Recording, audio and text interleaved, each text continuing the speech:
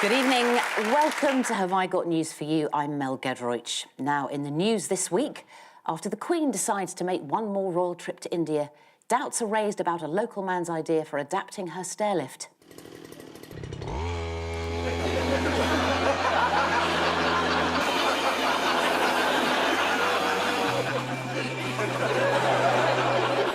At his holiday resort in Florida, and against all advice, Donald Trump insists on having a go at bungee jumping.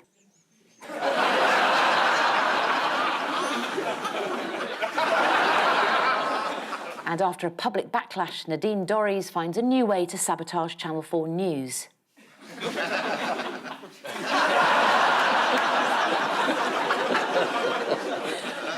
On Ian's team tonight is the chief leader writer at The Observer, who started her career at the Which Consumer Institute before moving on to be a senior political advisor to Ed Miliband. So I look forward to her expert insider views on what toaster I should buy. Please welcome Sonia Sodha.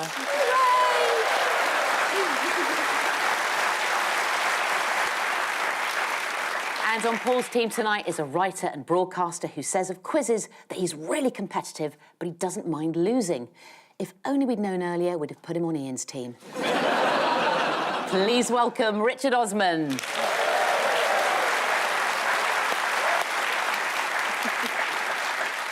We begin with the bigger news stories of the week. Ian and Sonia, have a look at this. Oh, right, driverless car. Massive U-turn. This is Boris and Priti. They're forming a welcoming committee for Ukrainian refugees. Oh, Keir Starmer, open goal. And there's someone flying out. Oh, we could just about get in. Well, this is the news that, as we go to air, Boris Johnson hasn't resigned. But we have got another inquiry. Yes. Into whether he misled Parliament. Yes. So we've had 3 inquiries now. Yep. Trying to get rid of him. Yeah. Third time lucky. Explain the process. We've got a proper political journalist here. Yeah, well, what happens, Ian? I'm happy to hand over to you. So we had an exciting vote in Parliament today. In fact, we didn't even need the vote in the end because Boris Johnson said he was very happy for this parliamentary inquiry to go ahead because he's got nothing to hide. So, yes, we'll be having a third inquiry. And is it best of 3? Is that how it works? Is everyone getting behind him on this? It depends what they're doing whilst they're behind him. It's hard for me because I was at a lot of the parties, because where else could you get a drink in London back then? You couldn't. And, you know, Boris had a party because it was his birthday.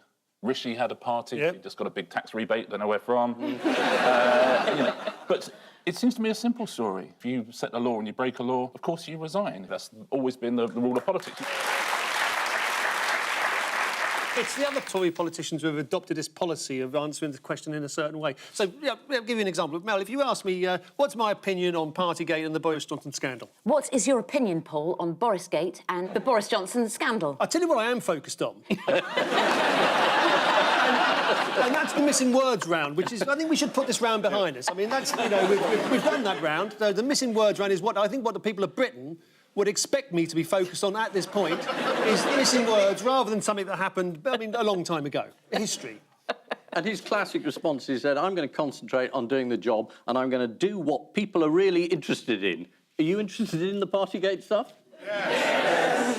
You see, the focus is on this birthday party, but the other parties are much worse. Yes. And the police have said, well, we won't issue any more fines until after the local elections, because we don't want the electorate to know about what's going on.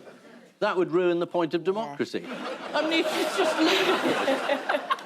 And I think the police should be investigated as to why they're not issuing these fines. Why not? There are some people who are supporting the PM. Who's this being sat on by Priti Patel? Yes, Rishi Sunak there, who's also received a fixed penalty notice for attending the infamous birthday party. He was there to support the Prime Minister, delaying a trip to the US, or as he calls it, home. And And, of course, what did Brandon Lewis, who's the Northern Ireland Secretary, what did he do on Radio 4, do you know? This was the speeding fines. Yeah. I mean, the man's a genius because he said, well, if you get 4 speeding fines, that's just 4 speeding fines, isn't it? So if you went to 4 parties, it's just 4 parties. But he kind of forgot, if you get 4 speeding fines in a year, that's it. You lose your licence. You absolutely do. Should we have a little listen? We've seen reports of ministers who have had both the Labour Party and the Conservative Party over the years, whether it's been speeding fines and things like that.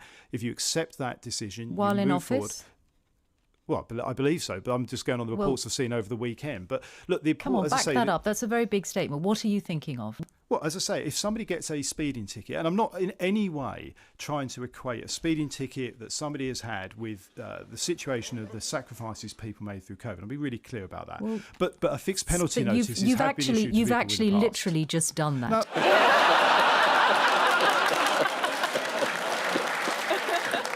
Keir Starmer said the last minister who got a speeding ticket and then lied about it ended up in prison.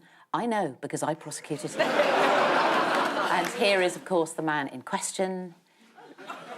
Chris Huhn. I don't know what sort of lens that cameraman's using there.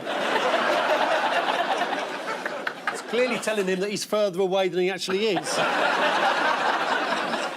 And how has Conservative MP Michael Fabricant been helpful? Is he not giving any interviews at all? He was discussing the birthday gathering for which Johnson received the fine, and Fabricant told BBC Radio 5 Live, the way it's been characterised, you would think they were pole dancers. Of course not. That was when he was mayor. But again, it's the least of the parties, isn't it? I mean, there's the Bring Your Own Booze party coming. Yeah. There's plenty of other The parties. karaoke party. The karaoke party. The wine fridge party. Yeah. I bet they're really grim, those parties. I bet they're not even that good fun. You get invited to a party in 10 Downing Street, you say no. Yeah, I did. Yeah. You got invited? Wow. I said no, gang. This wasn't last year, please. No. No, I got... You're not still doing the pole dancing, are you?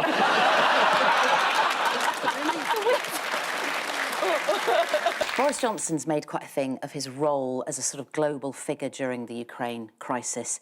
What has Ukraine done for him in return, do you know? Oh, have they let them take duty-free back? No, this is actually quite good. They've named a street after him.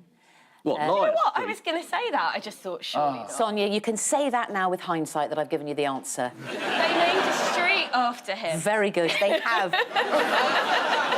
Do you want to have a look at it? Here it is. This is the street named after Boris Johnson. It's called Mayakovsky Street in Odessa, which is to be renamed Boris Johnson Street.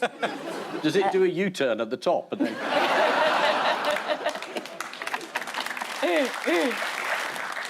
Meanwhile, who has criticised the Home Office scheme to resettle asylum seekers in Rwanda? The Archbishops of Canterbury and York The have, Archbishop, yeah. said, I think they used quite a strong form of words, actually. They said that it sort of clashed with the will of God or something like that, Yeah. something to that effect. They did indeed. Yes, that's right. The Archbishop of Canterbury, the Most Reverend Justin Welby. That's a bit of a show-off thing to say. Yeah. Isn't it? The most reverend. Is he more reverend Come on, than mate. the Archbishop of York? He is. Yeah, he is. Is he? Yeah, The other archbishops must be this guy. Yeah. yeah, he's the most. Here he is again. Yeah. You, like, say very reverend. Yeah. Yeah, listen, he's earned that. Yeah, but not the most. I think unless it's been on pay-per-view TV, Yeah. you can't say much. So this has been proved. Did you just say Papal View TV? I wish I had. Now, where has Minister for Brexit Opportunities and Government Efficiency, Jacob Rees-Mogg, been unexpectedly popping up this week? He's been counting in and out civil servants of departments because he wants to end the work-from-home culture. Yeah. I actually feel a bit sorry for these civil servants, though, because I think they're actually working from home because they're scared of being accosted by cake. He's been making surprise visits to government offices. He thinks people are sort of taking advantage of working from home to work less hard. Here's Jacob Rees-Mogg in his place of work. He's lying in the House of Commons.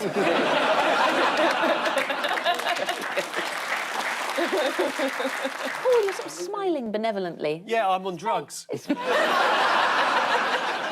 Paul is very much working from home this evening.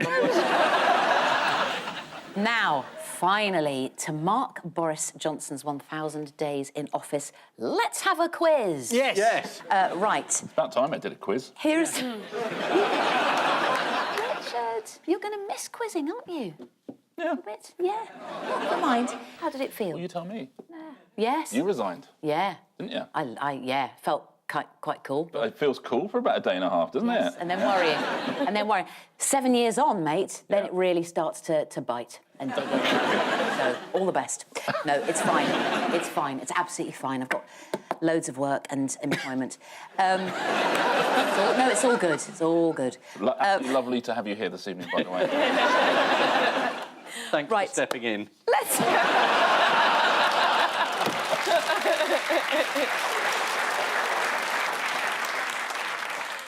We're going to show you some key moments from Boris Johnson's time at number 10. Shout out if you know what they are. Here we go.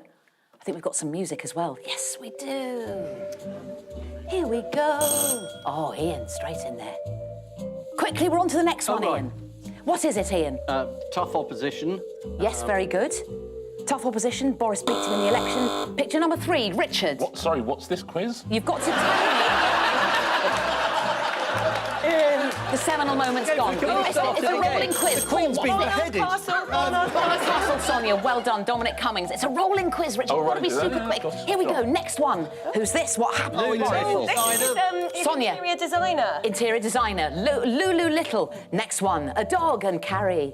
Yeah. Oh, Dylan? Dylan the dog. Very good, Sonia. It's a good quiz, isn't it, Paul? On we go. And the last one. Harry Enfield. Meanwhile, gang. Yes, you seem to think we're in a gang. Gang. Tonight,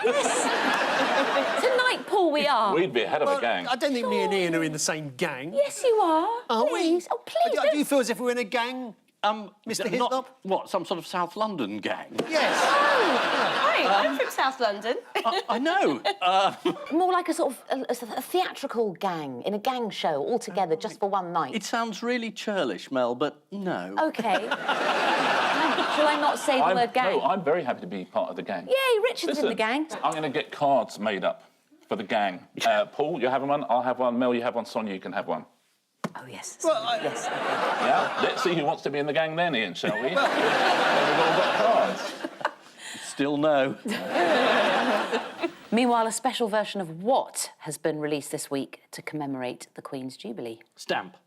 Nope. Tea towel. More interesting. It's a Barbie Queen. It's a Barbie Queen. Barbie Windsor. Yes. Hey. Very nice. There she is. Do you think she signed that off? She must have done. That's Nicole Kidman.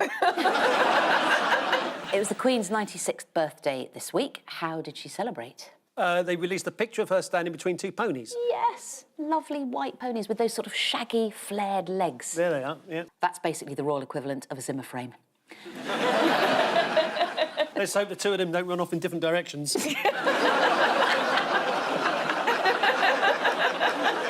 This is the sorry apology of a Prime Minister.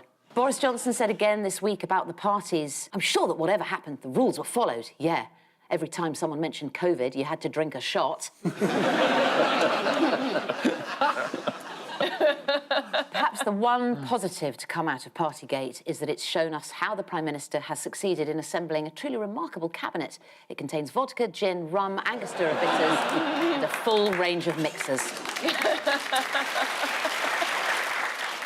Archbishop of Canterbury Justin Welby used his Easter sermon to criticise the Home Office's new policy to send asylum seekers to Rwanda. Now, I'm guessing that's just to keep Priti Patel away. Also this week, a list of 70 books were chosen for the Queen's Jubilee, which doesn't include anything by J.K. Rowling. The book list has proved controversial, as it's overlooked the best-selling debut novel of beloved TV personality turned author. The Best Things by Mel Giedroyc.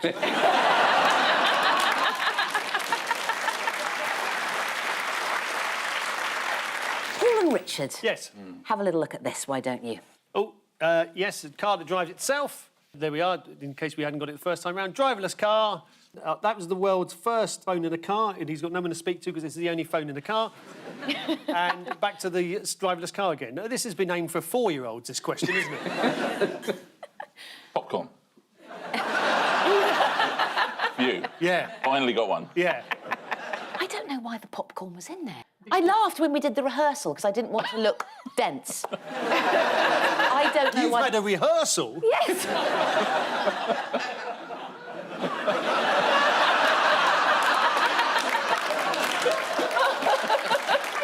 I didn't know why the popcorn was there. Ian, explain. Well, I thought the story was that driverless cars, you can now watch films. So it's like... Yes, that's it, that's it. Yes. Sorry. Watch that's films absolutely in your car, yes. You can watch films in your Yes, car. you can. The weird thing is, you're allowed to watch telly in your car, but you're Yeah. not allowed to watch an iPad. In a driverless car. But that makes they're no not real sense yet, because are you're they? not in the car because it's driverless. But you are kind of in the car, but you're just like that. I don't understand I think driverless you're cars. I think you're in the car. You are in the car. No point. Are you? Sonia, help me. Are you in the car? Help me, You're Sonia. definitely in the car. Sonia! Sonia! I'm a bit scared. Driverless car? But otherwise, so you just got driverless cars just driving around. I'm not sure that's solving any problem. No. See, I think this is Boris Johnson's latest ruse, because the next excuse he's going to come up with is just, I didn't mean to go to the party, the car just drove me there. Very good. Do you know any of the conditions that the motor insurance companies are insisting on? Driverless cars? Yeah, driverless cars. No, I don't. No driving gloves? To do with the weather conditions. Not at all, Sonia. OK. Not at all. Is it... See, now this, Mel, is a Yes. quiz. Go on. Drivers can't get out of the driving seat while the car is in motion. They must also follow manufacturer's instructions about when to take back control of the car, and they must do so in as timely a way as possible, just before you hit the tree. Now, staying with technology, Paul. Yes. Imagine, Yeah, I am. if you will, imagine Yeah. you're Japanese. Yeah. You eat 10 grams of salt per day, which is double the recommended amount. Yes. How are you going to reduce your salt intake using just a pair of chopsticks? Well, you try picking up each grain of salt with a pair of chopsticks. It's to do with technology. Oh, technology. A robot breaks your arms if you have too much salt. Special electric chopsticks, have you heard about these? Electric shocks up your arms if you have too much salt. Administered by a robot. Naughty boy. Yes, it is. No, it is pretty much that. Is it? Yes, it is. I could have made a fortune inventing that. Electric chopsticks, and they trick you, there they are, they trick you into thinking your food is saltier than it actually is. How is it done, guys, do you know? By injecting salt directly into your bloodstream. Via your wrist. Well, so it gives you a shock when you put the chopsticks in your Boom. mouth Boom. that gives you a salt hit. Exactly. Why not just put less salt in? They're connected to a wire, and they give you a small shock in the mouth, thereby creating the sensation of a salty taste. Well, why bother with that? Why not just suck a plug? Exactly. What's been the disappointing news this week for extremely gullible people? I'll mime it. Yes. Oh, good. It's to do with... Yeah. It's a new round we've just Yeah. invented. Yeah. It's to do with... Playing tiny darts? No. Spoon bending. No. Non... Is Christmas very long at your house? Non-fungible. Token. It's a token. NFT! Non-fungible tokens, you're absolutely right. They are rubbish, apparently. The world's first ever tweet, which was sold at auction last year as a non-fungible token for $2.9 million, has been put up for resale by the buyer and received a highest bid to date of $6,000. The Guardian summed it up. A man who paid $2.9 million for NFT of Jack Dorsey's first tweet set to lose almost $2.9 million. And here is the tweet. This is the first tweet. Just setting up my Twitter. So dull. The second tweet was spelling. What did the buyer, a Malaysian businessman called Sina Estavi, say to mask his disappointment? He said, I honestly thought I'd bought the National Film Theatre. He said, I will not sell this to anyone because I do not think everyone deserves this NFT. It's not just a tweet, it's the Mona Lisa of the digital world. What a twat. This is the news that we'll soon be able to watch TV while at the wheel of a driverless car. Japanese scientists have developed a set of electrically charged chopsticks that deliver a small shock to the tongue, which has the effect of making the food taste saltier. Although British visitors to Tokyo will be asking, have you got an electric knife and fork, please? Also this week, an NFT of the first ever tweet failed to sell. Owner of the tweet, Mr. Astavi, has compared the digital asset to the Mona Lisa. As in the phrase, compared to the Mona Lisa, this is worth sod all. And so to round 2, the jigsaw of news. Hooray! I love the jigsaw of Yeah. news. I love the sound effect, the fuck, fuck, fuck, fuck. I beg your pardon? I love it! On the jigsaw of This news. is one for each of us. No, check it out, guys. It's a really good sound effect. You're going to love it. OK. Buzz when you know what it is. Right. Jigsaw of news. There we are. See? There we go. Oh, that was a very quick buzz there. Yeah, I don't know what you're looking over there for. Oh, sorry. Paul. I don't know if I want to answer it now. Oh, please, Paul. This is Penelope Keith. There's been ruptions within, is it Equity? There was a meeting. They've all resigned. It's not equity. No, it's not equity, It's no. the Actors Benevolent Fund, Yes. charity. Yes. I know this story because it was in private eye. So. There's been a coup. There's the been a Actors coup. Benevolent Fund. Yeah. And Dame Penelope Keith, who's the president, Oh, I love her. has gone, as have 10 other trustees. Yep. They've all gone. I mean, sort of household names, Dame Sian Phillips, Yes. Brian Murphy from George and Mildred. George and Mildred. It's like an episode of Midsummer Murders so far. Yeah. They've all left the committee, and the charity commission has been called in. There was a stormy, bad-tempered meeting of the ruling council, and the chairwoman and half the ruling council were booted out. And do you know what or whom Penelope Keith blamed for the bad-tempered Oh, council? I know this. She blamed Zoom. She didn't did. She absolutely did, yes. I think basically what it is just some bad-tempered old people who can't handle Zoom conversations. Anyone ever had that problem? Have you got anything, Janet? You're probably a dame, are you? Yeah, you know I have, Ian. You bloody know I've got one CVE, so fuck off.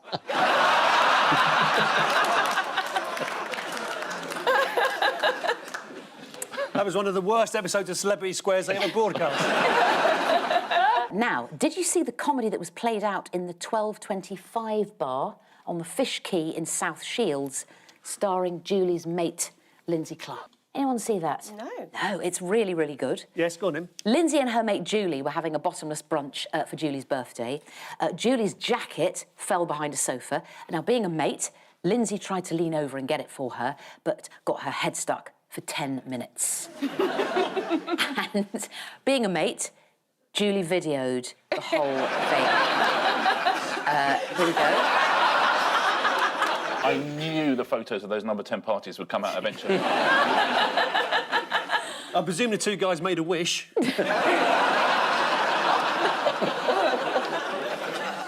Here she is being hoiked out from behind the aforementioned sofa by two very kind bar staff.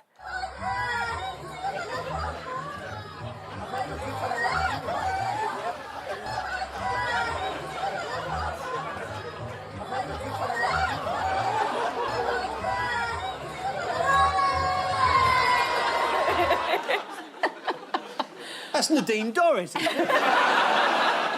This is the row at the Actors Benevolent Fund. The Actors Benevolent Fund helps out performers who are short of cash, have hit hard times, or even worse, been in panto in Leighton Buzzard. Fingers on buzzers, teams. What have we got here? Oh, there's a Buzzington. HMV have updated their advertising campaign. Dog podcast? So close. Oh, did they put a dog on radio? Oh, yeah, absolutely. This is the news that the BBC is set to broadcast half an hour of dog noises. Now, LBC, Labradors barking continuously. I mean, why? Why? Yeah, are they why- doing why? This? Why? I'm asking you. Why are Steve. they barking? Or... Why? No, why are they doing it? Why are the BBC doing It's nice, it's nice. Well, what's it on? nice. Is this on It's Radio 3? Radio 3. Radio 3. Well, they play it, there's always a lot of bark on there. Yes, there we are. You see, that was a good joke. And You're some just off- annoyed because you didn't think of it. So Radio 3 Radio 3 are doing it. are playing, have got a dog to be a DJ. They're doing half an hour of dog noises It's the latest in slow radio. What sort of dog noises, though? Well, this... Because some yeah? dog noises I don't want to hear on Radio 3. Well, I have to tell you that the star of this is Radio 3's A Day in the Life of a Dog. It's going to be broadcast in July. Is a Labrador called Honey. So what noises will we hear the 15-year-old bitch make? What do you think? Let's be specific. Wow. Well, Let's be specific. there's a hostage to fortune. Well, I suppose panting, eating, running after imaginary rabbits. Like a tail banging against a door frame. There's a phone in about cats. Do you hate them? We're going to get, apparently, excitement of breakfast, how an old dog breathes while she dreams. I know all about that. And rushing to greet the postman. Do you think half an hour of dog noises is going to help you chillax, Ian? Is that something you'd tune in for? No, but I would be confident that the BBC are not wasting money. In other dog news, a Jack Russell called Millie got stranded on some mudflats earlier this year. Is she OK? She was rescued. How, do you know how she was rescued? Helicopter. No. Submarine. Oh, there was a helicopter involved, but not... Right. but not directly. So there's a helicopter involved? There was a helicopter involved. There wasn't, oh, no, there wasn't. I'm so sorry, there wasn't. There wasn't. That actually makes more sense then. No, it's a driver. It's one of those driverless helicopter things. Drones, thank you. Drone. It was a drone. I'm so sorry. You can't get a driver onto a drone because they're tiny, unless you train a gerbil to wear a crash helmet. I'd love to see a gerbil driving a... Well, let's have a look. Let's have a look. Quick-thinking rescuers attached a sausage to a drone. Oh. So sweet. To entice Millie to safety. Let's see if it worked. Well, if it didn't, this is going to be a hell of a sad story. There we go. There's the sausage coming in there. There's little Millie. Where's the little Millie? Oh, sausages.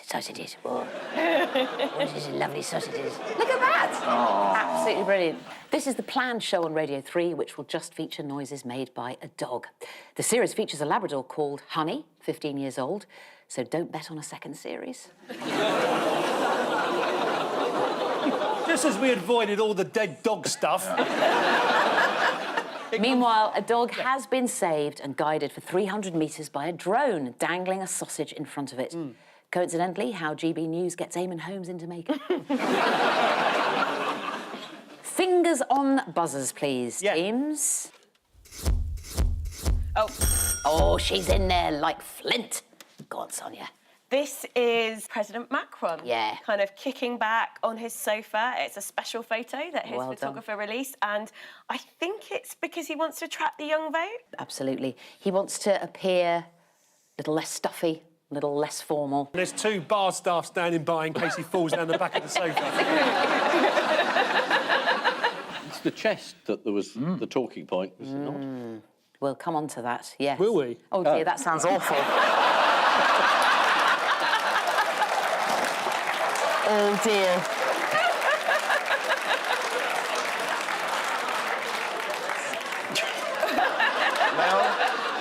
Yes, this photograph, it was taken on the campaign trail by his official photographer, Sodha de la Moissonnière. Thank you. Now, in contrast, Boris Johnson's personal photographer takes pictures like this. There we go. Now, Sonia, you, of course, used to be an advisor for Ed Miliband. Were you always having to sort of rein in the sexiness?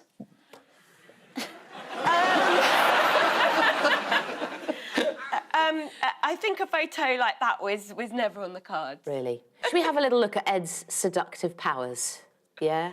We've seen Macron, let's have a look at Ed.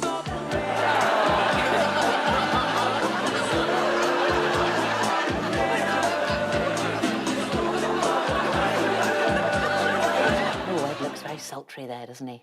Yeah. Did he often pull that face where he went? Now, while we're all having a little bit of fun with Ed Miliband, shall we remind ourselves of some of Ed's hottest moments? Shall we just have a little look? It's always fun. Yes. There we go. The kiss. There we go. And, of course, the classic. Yeah. Now, was that on your watch, Sonia? No, I didn't take that photo. Ian, I bet you take a good photo. I'm really good in selfies. You should see my Instagram slot. Ian, do us Ian, do us your selfie pose, please. OK, photographer, over here. This is the news that Macron is pulling out all the stops to win the election. There was a scare this week on the campaign trail when Macron visited a Velcro factory and had to be cut free by firemen. Time now for the odd one out round. Just one between you this week. Your four are the Turin Shroud, Doug the Potato, 36 Flapjacks from Birmingham, and Hillian Fern's Easter egg. It's a very ugly potato. I'm going to start there. Right. We've only That's just good. I was met, hoping Sonia. for We've more. only just met. Well, they're testing the Turin Shroud as a topical news quiz. This is the one I know. Medieval fake or not? It's a fake, isn't it? Well, the British Museum said it was a fake, but there's a new expert who says he thinks it might not be. Yeah, the authenticity of the Turin Shroud has long been debated, but shroud expert David Rolfe is convinced it's real and has told the British Museum he'll give them $1 million if they can prove it's a forgery. That feels like something for our gang to investigate. Definitely. Let's get on to it, gang. Yeah. Meet you in the laurel bush on Saturday morning. Oh, I'm busy. I like that Ian thinks he's invited. I know. The Turin Shroud is the latest research indicates that it might have been used as a tablecloth. Absolutely right. And the Flapjacks, they were at the Last Supper, as was the Easter egg and Doug the Potato. Well, only one of them has ever been used as a tablecloth. Yeah, that's true. That would make an odd one out. It's the Birmingham historian David Adkins who said that. According to Birmingham Live, Adkins believes the Turin Shroud is actually a tablecloth from Burton-upon-Trent. So is that the world's oldest Easter egg? Is that what we're looking at there? Is that one that hasn't been eaten for 60 years or something? No, but there's something about the flapjacks, I think. There's a taxing about the flapjacks. You're all skirting, Oh, it's not hovering. the Jaffa cake thing again. It is the Jaffa cake. It's reared its head. It's reared its head about again. whether they're a cake or not. And Of course they're not cake, they're a flapjack. Well, a company tried to claim they were a cake for tax reasons, because I think Absolutely. cakes aren't taxed, which is the basis of the whole This Jaffa isn't cake wrap. Sunak cakes, is it? Well, they I'm going to give you the answer. None of them are what they claim to be, apart from the Turin Shroud, which might be. Does the Shroud actually claim to be anything? Now, why is Hillian Fern's Easter egg not what she claimed it to be? Do you Well, know? she claimed it was 60 years old, but it's not 60 years old at all. It's claimed to be the world's oldest Easter egg, but it's not. Kind of, yeah. Hillian's egg is an incredible 62 years old, which Yeah. she thought made it the oldest Easter egg in the world. But in a shock turn of events, Yeah. June Dalton of Suffolk has usurped Hillian's claim with her own egg, not her own actual her own Easter egg, which she says is 74 years old. Wow. Yeah. What's wrong with these people? Why don't they eat them? Chocolate in my house won't last 74 hours, never mind 74 years. I know. According to the Daily Mirror, the egg is older than the moon landing and Meryl Streep. Now, why might this news be particularly devastating for Hillian? This news that there's somebody else that's got an older one. Well, she's been in the Guinness Book of Records for the oldest Easter egg, and she's been sort of like become a local celebrity. People have Yeah. organised coach parties from Japan to come and go look through her see her. kitchen window. Yes. And she's now sort of like been usurped by this older egg. She's been spending £80 a month on temperature-controlled storage in Warwickshire. That's like one of those adverts that comes up on any website. So, you'll be surprised at the cost of temperature-controlled storage in Warwickshire. She would apparently occasionally visit the egg, while rival June has a slightly less emotional attachment to her egg. Asked what her family would do with it, she said, I don't know what they'll do with it when I move on. Maybe they'll throw it in a skip. A tax tribunal found that 36 flapjacks made by food manufacturers Glanbia Milk were not cakes as they were too dense and chewy, unlike the more traditional homemade flapjack, which may still be considered cake. So the maker will now have to add VAT of 20%, which is levied on confectionery. Flapjack's a cake.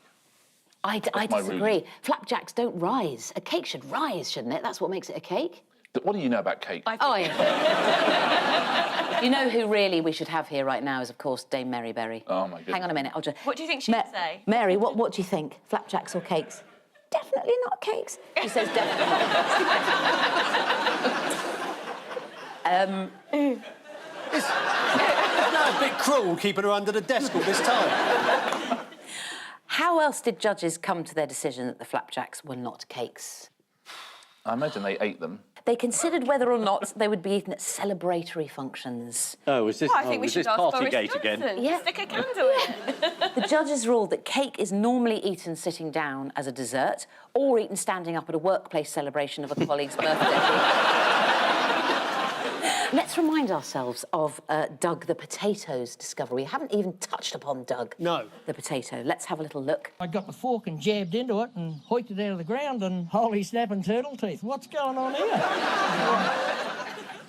What is it? I said to Don, I said, no, that's a potato. And she went, no. I said, yeah, it is. The fella, he doesn't have arms and legs and that sort of thing. So I made him a little trolley. So he can take me out, give me a bit of sunshine now and then, you know. Ah, what a useful trolley, eh? They look very happy with their potato, don't they? However, all was not as it seemed with Doug. What secret was he hiding? Do you know? He was an alcoholic and he was very, very unhappy. And he's now divorced. So, the big secret is he's not a potato after all. Oh, for goodness sake. He's a gourd. All this is good news for British veg expert Peter Glazebrook, who retains the title of the world's biggest potato. Well, not him personally, but this. Have a look at this. Wow. Good potato, Glazy. To be fair, it's not quite clear where the potato stops. So none of them are what they claim to be, apart from the Turin Shroud, which might be what it claims to be. A landmark flapjack ruling means HMRC will now be able to claim millions of pounds in extra tax. In the UK, products classed as cakes are given a zero tax status. Rishi Sunak is now trying to get his wife classed as a Victoria Sponge. Time now for the Missing Words round, which this week features as its guest publication, Saw Player News, the newsletter for musical saw players. It's very hard to tune a musical saw, they're actually a bit sharp. And we start with Britain's longest-serving highway engineer loves his job so much that he what? He eats tarmac. He has a double date with a dual carriageway. No, he studies grit in his spare time. Oh. Yeah.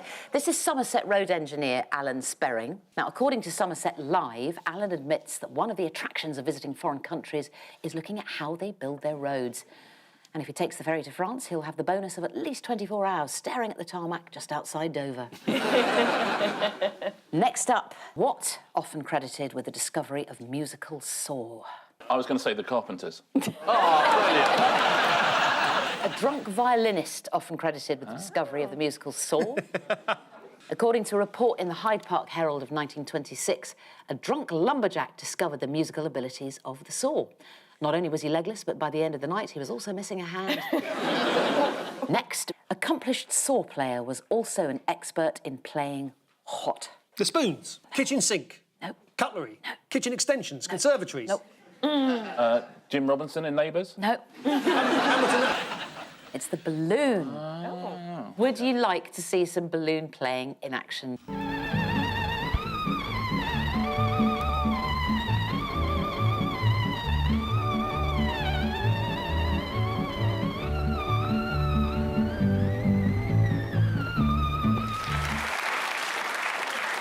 Next up, Isle of Wight becomes home to world's second what? Home. World's second biggest saw. No, it's a bit slightly potty humour. Oh, no, really? Biggest potty? It is, in fact, the museum specialising in animal faeces. The National Poo Museum opened last week on the Isle of Wight. Among the exhibits are excreta from lions, pandas, foxes, and even a square wombat whopper, which is the last thing you want to order at Burger King. Next, birds can either be what or what, but not both. Alive or stuffed? That's one of the first things they tell you at taxidermy school.